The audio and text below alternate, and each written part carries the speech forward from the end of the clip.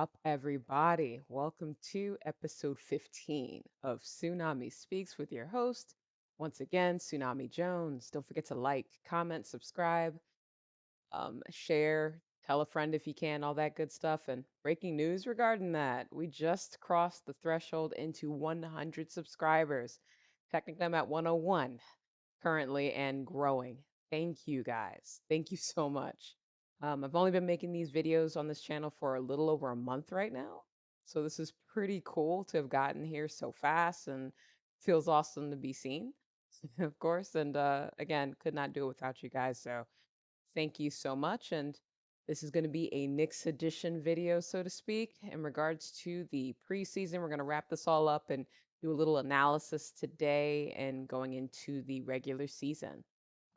First off, the Knicks went 3-1 into the preseason, which is pretty cool. And the way this team prepares for the season, this meant something to those boys. It's all business out there when it comes to a Tibbs coached team, because that's just how he does it. That he makes these guys play it hard, and they did all preseason long. And I'm honestly just hoping that our prowess in the preseason rubs off into the regular season, and we'll see some W's.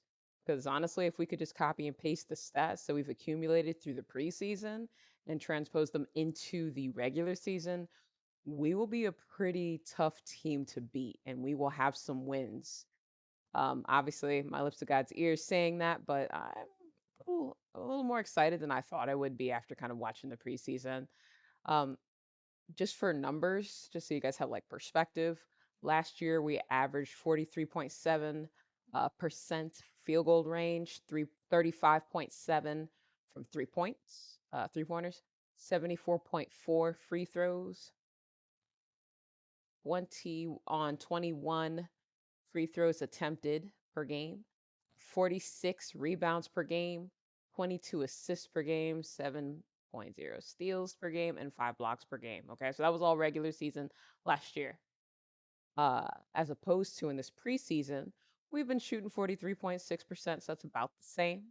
The three pointers actually have come down a little bit. Our percentage is 32.7 as opposed to the 35 I mentioned earlier. But going to continue on, we're at 82.1 with our free throw percentage. 50 rebounds per game, 25 assists a game, 8.5 steals a game, 6.3 blocks a game.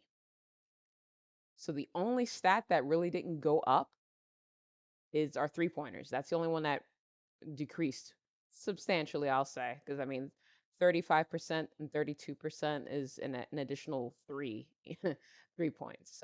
So that is a little bit of a concern. But to be honest, if you kind of think about it after watching those games, I think that's just due to our bench unit shooting a bunch of them and just not having a reputation of making them. In other words, what I'm saying is the guys who were shooting a lot of threes were your Cam Reddishes, your Quickleys, and your Deuce McBrides.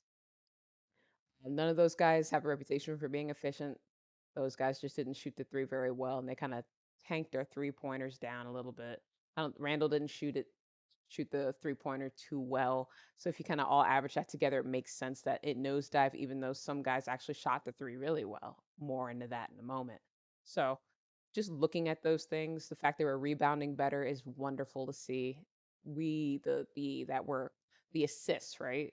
The fact that we're averaging 25 assists per game as opposed to 22 assists a game is a welcome change. I think that's the obvious reason for that is you're obviously Jalen Brunson, a real point guard being there. And just kind of, if you've been watching, obviously, the preseason, our starting five has been sharing the ball a bit more. I've seen a lot less hero ball, and it's a little more cohesive. And it's gotten better as the games have gone towards the beginning when it was the Detroit game and all that. There was still a little bit more ISO, a little bit more guys just kind of calling their own names, a little uneasiness, from your Randalls of the world and things like that, just kind of settling into their roles.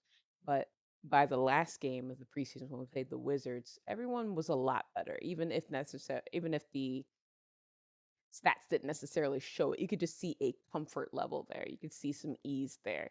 And the camaraderie is growing all the time. Our defense looks better, and the stats bear it out. The fact that we're doing 8.5 steals per game. I mean, we can always, I mean, I can easily point to the game where we had against I believe it was the Pacers, the first time we played the Pacers, where Deuce McBride had 6 steals and all that. Obviously, that's not necessarily something that's going to be replicated, but the defensive intensity is there. There are some lapses when it comes to fast break defense and all that. Um, so there is some things to look at and build on, but just saying as a whole from the preseason, I saw some nice welcome changes that I sincerely hope just ease into the regular season. It's not going to be a really easy slate coming into the game. But to do more of a deep dive here, I just wanted to look at some stats of what our players did in the preseason. So, for example, we'll start with Jalen Brunson.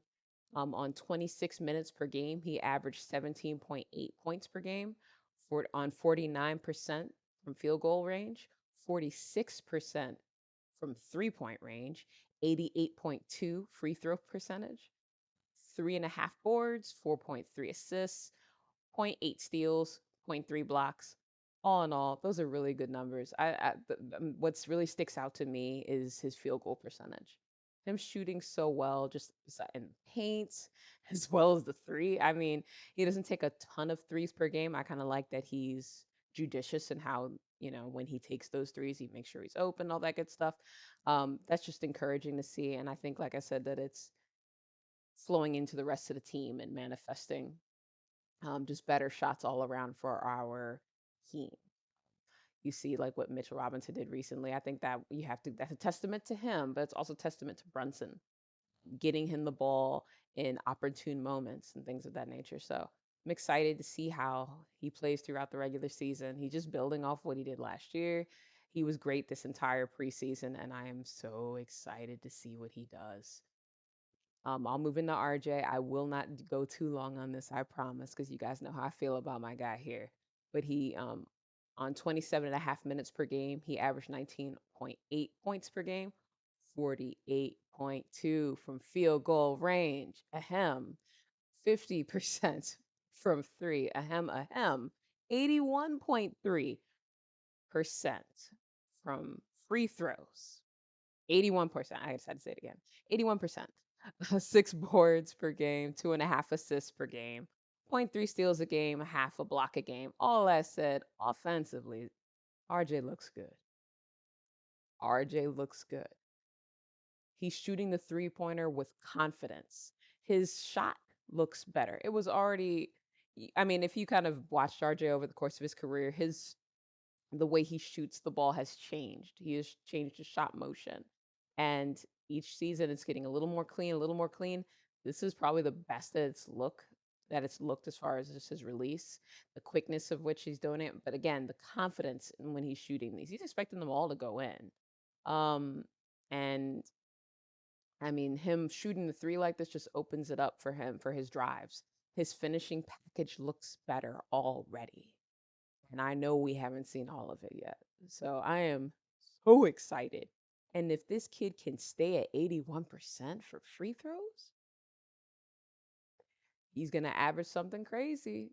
I promise not to do any predictions in this video. I'm just going off preseason. I will do another video with what I predict to happen this season and my reasons for it. So hold off for that video if you're looking for predictions. I'm not doing it yet. That said, I'm excited about Star J Barrett, okay? All right, moving on. All right, Julius Randle.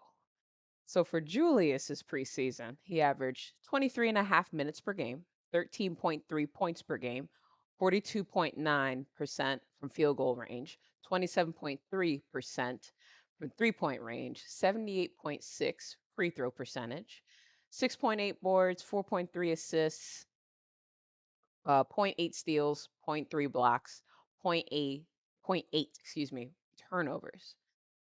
I'm all right with these numbers for now. Again, that's 23.5 minutes, so it's not a ton. So if you extrapolate those, you're looking more around the lines of maybe 16, 17 points per game, probably closer to the 8 or 9 rebounds, maybe an additional assist. Um, if you look at it that way, those are kind of right in line of where we really want him. We want him as that tertiary scorer. Maybe RJ number 1, Brunson number 2, and Randall at 3. Or, depending on the night, maybe he'll have the better matchup and he'll kick up his scoring. It really depends. But numbers wise, I don't really see anything to worry about here. I'm very encouraged by the fact he's not even averaging 2 or 3 turnovers. You can see that that's the Brunson effect, which is probably what we're going to call it going forward on him. The only thing that I really don't love is obviously the way he's shooting the 3 pointers right now. Now, small sample size, obviously. I'm hoping that improves. He's had a couple of good, decent games, anyways, where he's shooting the 3 pointers well. Um, but he's had some like 1 for 6, 1 for 7 type games. I think with Randall, he's kind of a streaky shooter when it comes to the 3 pointers in general. He's probably going to score 3 pointers probably a little bit easier when he's not at home. That's just what I'm assuming. Maybe not. Maybe I'm overthinking it. But as far as his role and him being acclimated to the role, we're seeing what we kind of needed to see. In the beginning of the preseason, he wasn't necessarily comfortable. You kind of see it. He was laboring. There would be moments where he would kind of call his own number and go to the old Randall, so to speak, and kind of play a little hero ball, bully ball. We don't mind the bully ball. He just needs to make those quick decisions. And the ball was sticking to him a little bit. In the last couple of games, I've seen improvement. Um, where I've seen he's making his decisions faster. If he's open, he's shooting it. He's not overthinking things, and that's really what we wanted him to do. So I'm pleased. I don't love his game, but I don't hate his game either. And we're seeing Zen Randall. This is the Randall we need, chill Randall. He visited the Dalai Lama and he's good. That's good with me. He's picking up teammates. Things look good there. I'm not going to dwell too much on him. As long as the mentality is the same and we're winning games, who gives a crap? Seriously. So, no thumbs down, no thumbs up. Randall is doing what we need to do. Let him just coast. And if he can just get those percentages up a little bit, I'm pleased. So we'll see. We'll see. I gave him a clean slate as long as he doesn't throw any tantrums. So as long as we don't see that, I'm good. We're gonna finish out the starting five. Yeah, I think I'll do it that way and go to Mitch Robinson here. Mitch, he's looked good, but I'll go to his numbers. He's getting 22.2 minutes per game on 11 points per game, 76% from field goal range, 0 points on 3 pointers. That's fine. 75% free throws. Aha. 8 rebounds per game, 0 assists. That's fine. 1 steal, 2.3 blocks a game. Mitch Robinson looks dialed in. I am excited. And probably my favorite thing in general is not even a stat. He is not falling on the ground after every time he goes up. Y'all remember last year, we saw him always on the ground. We had at least two, or for me, I'll speak for me. I had at least 2 heart attacks per game watching him, thinking he was injured. I didn't see a lot of that in the preseason. I mean, I won't say I watched every single play. I tried to, but you miss games, you miss things, you look at your phone. I didn't see him on the ground much, if at all. That's my favorite thing. I know sounds crazy. It just is what it is. So he looks healthy, he looks spry, his confidence is up. Our guys are finding him more. It seemed like as each game has gone, he was given the ball more and given a little bit more responsibility. I'm glad our guards are looking for him. I'm glad Randall's looking for him a little bit. And I do want to throw a little bit of cold water on the last game. First of all, he looked great though. I'm not saying anything bad. I'm just saying I think Mitchell Robinson felt pretty good about the fact that he was matched up against Taj a little bit. He knew he could get the better of Taj. That's all I'm saying. But I'm a fan of the kid. He looks great, especially defensively. You won't hear any qualms from me about Mitchell Robinson this year if he plays like that. And one thing, I don't think that really probably got glossed over because people don't necessarily care about what these players say and things like that, and don't listen to the propaganda. I eat up all the propaganda every time I hear it. If the Knicks are talking, I'm listening. The Jets are talking, I'm listening. That's just me. I want to eat it all up and hear it every day. That's just me. That said, he said he wants to average 70 or 80% free throw shooting. I heard it, laughed at it, but I still loved it, you know? He may not hit that goal, but that's a large improvement from what he was. If my memory serves, he was like 40 some percent last year, something like that. It was pretty putrid. we can get anything, I'm trying to find the number as we speak here, but if we can get anything like that, I'd be happy as a clam, okay? Um, yeah, 48.6 is what he averaged last year, free throw percentage. Let's get you to 70%, and I'm good with you, Mitch Rob. And I think that gets him to a double-double. He's not fouling as much. More to see from that. Obviously, we're seeing 22 minutes, but I'm encouraged by the Mitchell Robinson that we're seeing. We're seeing that defensive ace that we need at center. So good. Maybe Hartenstein gave him that little bit of a push. I'm not saying that he was scared of him or anything like that, but maybe he just like, okay, maybe I do need to step up my game.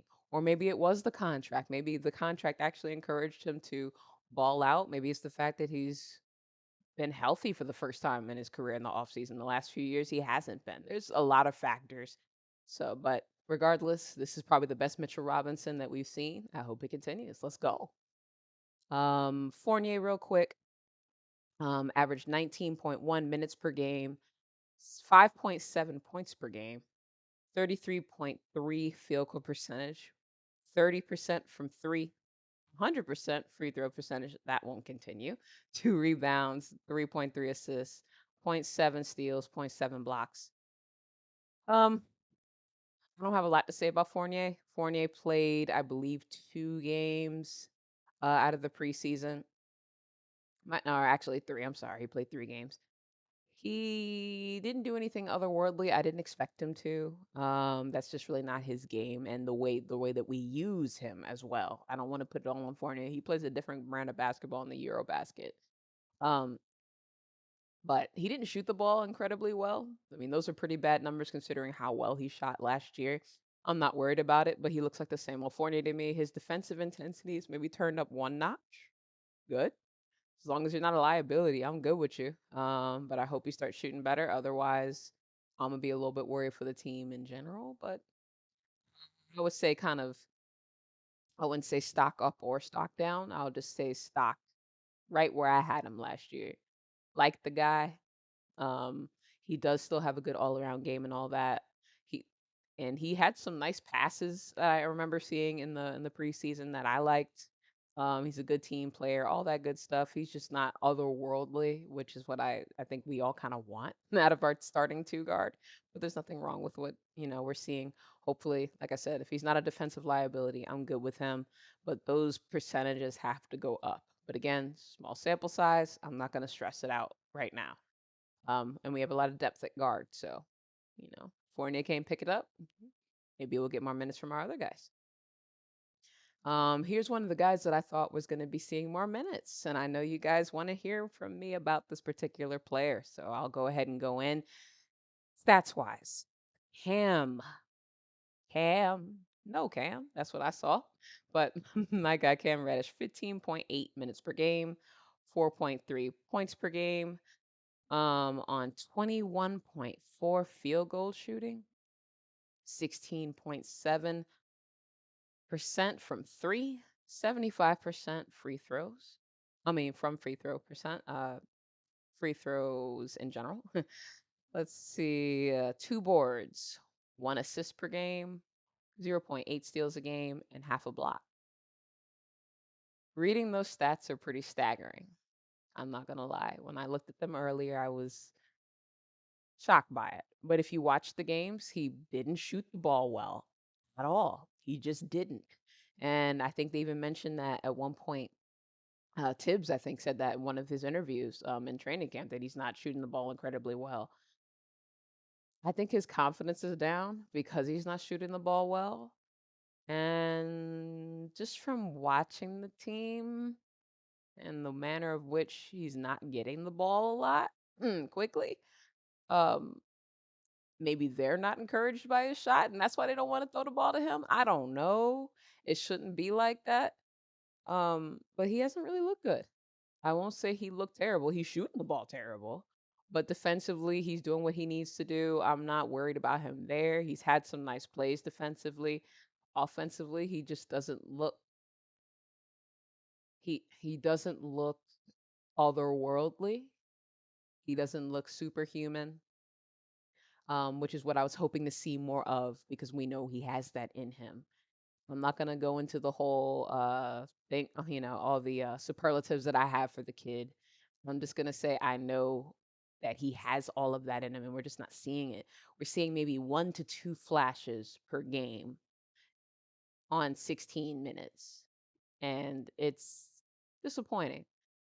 I think the kid wants it. I think he's playing within himself, but I do think he's pressing a bit.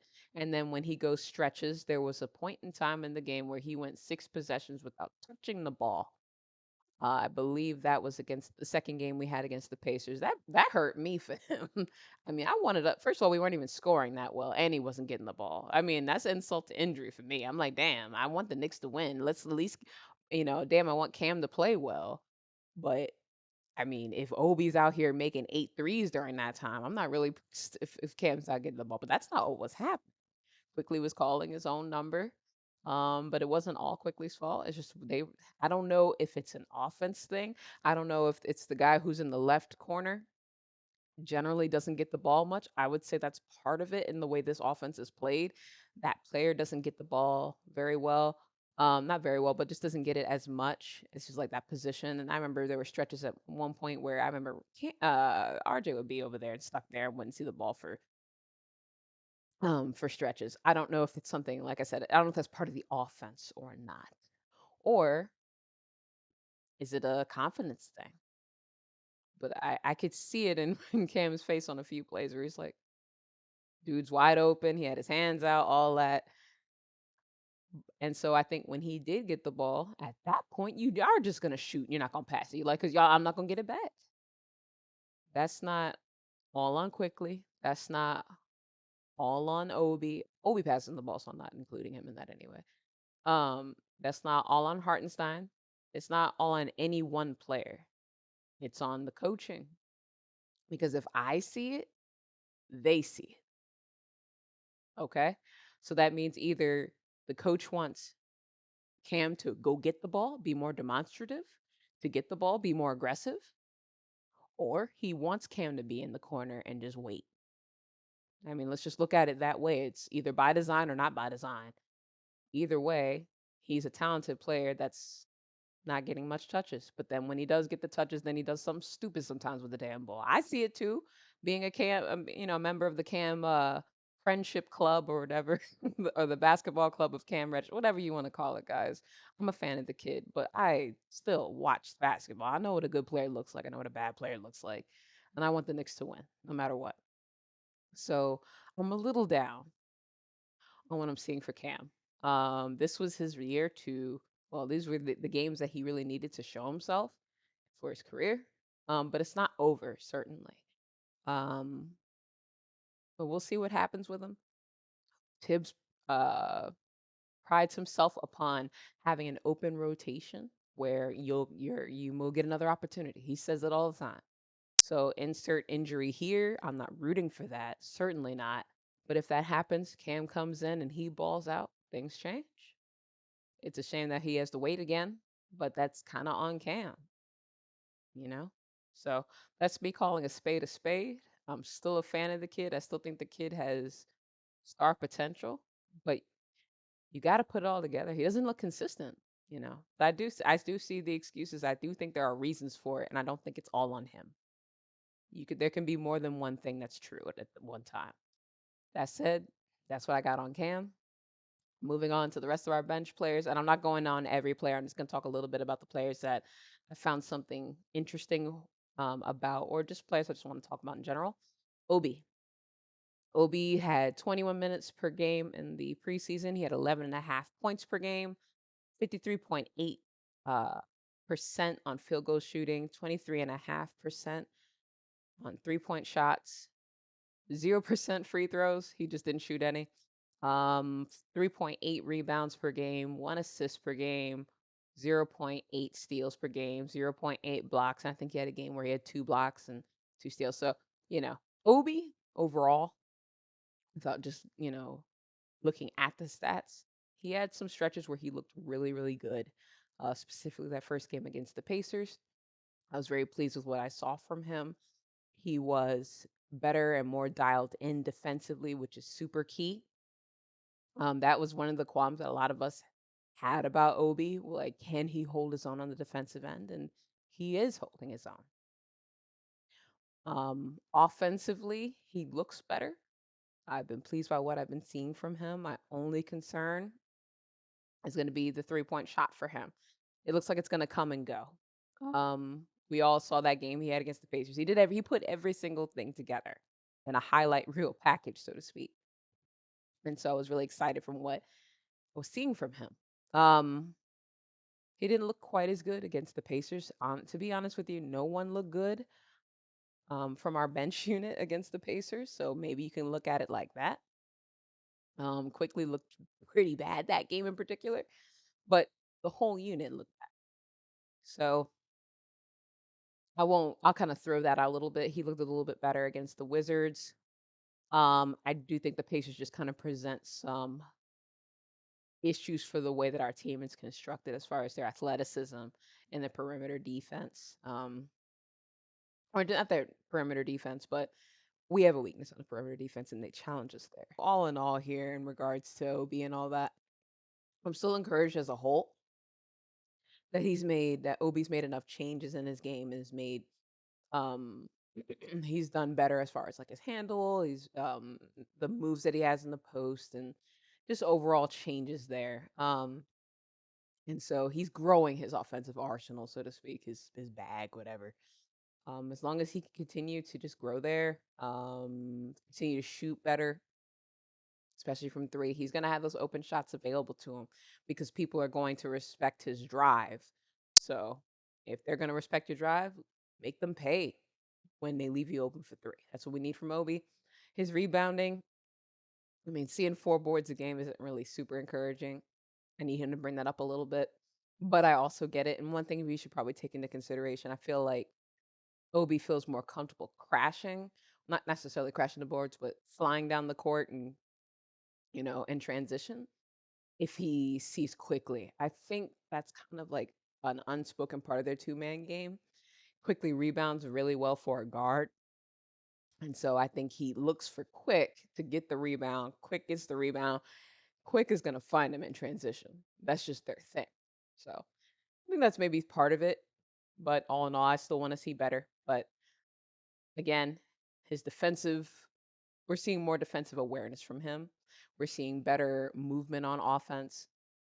But we need to see him be able to have a little bit more of maybe a go-to move and things like that. I think part of the reason we lost that game against the Pacers with that lineup of Quickley, Deuce, Reddish, Obi, and Hartenstein was because nobody in that particular lineup, A, was hitting open shots, and B, we had no one as a go-to scorer when it got down to crunch time. So when Benedict Mathurin was cooking us and the Nemhard guy, he was making good plays. We didn't go have anyone on the other side. We're like, let me go give it to blank and let's get a bucket, right? Obi was the guy that you would have liked to see get the ball a little bit more. That didn't really happen. Quickly decided he was that guy. There was a time that Cam got a shot. I think he made a three, and that was good at the time. And I think Quickly did also make one, but it's just there was no.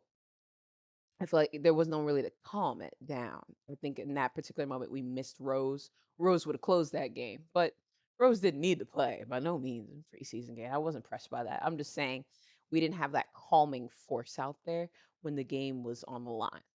So something to consider. But again, that's the bench unit that's closing the game. That won't happen very much. This is just one of my observations. Moving on really quickly here to too quickly. All right, Quickly had 21 minutes per game, 12 points per game, shooting 34% field goal range, 31.6% from 3-point range, 72% free throws, 4 boards, 3 assists, 1 steal, 1.3 steals, and 0 blocks. And I'm not doing offensive super analytics stuff here. I might do that as the season goes on and kind of do more deep dives, maybe when we get a 30, 40 games in there, we can kind of look at that stuff. Just doing this right now for the preseason. Don't think it's necessary quite yet. All that said, Quickly is interesting right now. He had two pretty solid games in a row, I would say, in the beginning of the preseason, and then two subpar games in a row. One being a very subpar game, the other one being lesser. Quickly looks like he was at the end of last season, and we saw a little bit of Quickly in the beginning of last season. So we're seeing Quickly of 21-22 season. That's what we're getting right now. He has moments where he has flashes of brilliance. I still think he is doing better at finishing around the rim, and I'm still encouraged by that. His strength is helping him there. Defensively, I still think he looks pretty good. He is still focusing on steals and being aggressive sometimes, like I said, to his detriment, but I'm okay with that. He's not shooting the ball well. And I think the reason he's not shooting the ball well is his shot selection is a little off. I'm not saying he's a bad player. I still am a big fan of Quickly. He's a person whose jersey I will definitely buy at some point this season. I just worry a little bit that he can't lead a team. And I'm wondering if that's why we didn't get rid of Derrick Rose. This is just my thoughts here. I'll definitely discuss this, I'm sure, on Dope Soul Sports Talk when we discuss the end of the preseason there. Tune in on Tuesday night at 9 o'clock. Good show where I'm a resident panelist on the show with Queen and Jarrell and Staffa. All four of those guys are fun. And sometimes we have other cats come on, come watch us. Anyway, all that said, um, I'm wondering if that's why we were so reticent towards getting rid of Derek. One, Derek wants to play. Two, Derek looks great. So those are two good reasons. And it might be limited to that. But I think the other aspect is they know that Quickly's a little bit better off ball, especially when he has a bona fide point guard next to him to kind of ease things when the team gets into trouble. I won't say when he gets in trouble. I'll just say when the team gets into trouble, they can go to Rose or Brunson and they'll calm it down. But when he doesn't have those two and it's just him and Deuce, for example, like we saw and stretches the last couple of games, unless Quickly is on shooting wise, the team struggles. There's something to that. The other part of it is we don't have a bunch of bona fide shooters too. So I don't want to put it all on Quickly, but I just noticed that we'll go through stretches where we're going to struggle if Quickly's not on. All in all, though, still a big fan of the kid. I just think he's a two. Nothing wrong with that. It's just the undersized two, but at least he has the wingspan to defend twos. So, we'll see. Big fan of the kid, though. All in all, I like his defense. I'm not worried about his free throws. I just think there was a small sample size, so he got gigged on that, but it was wild to see him miss free throws because the kid has averaged 80 plus. I think he even had close to 90% or right at 90% in the regular season in his rookie season. So not I'm not worried about that. It was just kind of stark to see it. Um, and then let me see here. So, that's just something I've noticed here. 3-point shooting, I expect to get better. But again, shot selection is going to be the biggest key. So he's got to improve that. Maybe he can get back in the lab after preseason. They have so much time off, right? We can go in there, see what he did wrong, and get better. So not worried about him. Last player I'm going to really talk about here. Well, last two. I'm not going to spend a ton of time, but we have Deuce McBride, 16 points. Sorry, not 16, 16 minutes per game, 4.5 points on 33.3% from field goal range, 30% from threes, 50% free throws, 1.8 rebounds, 1.5 assists, 1.5 steals, 0.8 blocks per game. Gonna make this very short and sweet. Defensively, Deuce is my guy. I love to watch him D up guys, man. He's fun. He's a little, I hate using the same stuff we hear all the time. He's a pit bull, whatever. He is a dog, period.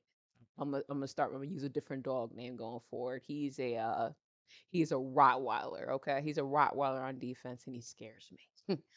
That said, his offense still needs to continue to come along. He's not quite there yet.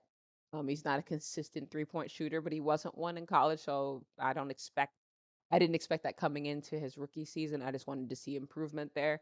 I'll say he's a little bit more confident there when he shoots it, but he needs to get better. His field goal percentage was kind of poor. We all know he's good at his mid-range game. He didn't take a bunch of those shots. He didn't finish too well at the basket when I did see him get there. I want him to continue to drive more, though.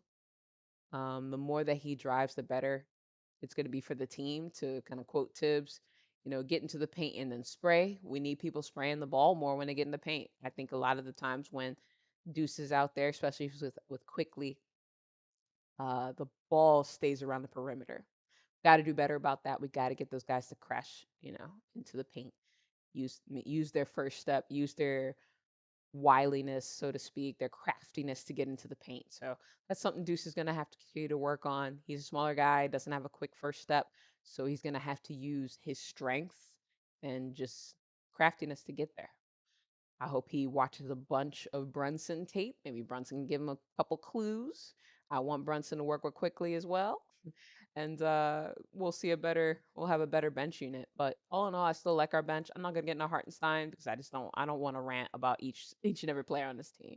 I can, but I will not at this moment. The last player I want to get into, and then we're gonna adjourn for this hearing, is Grimes.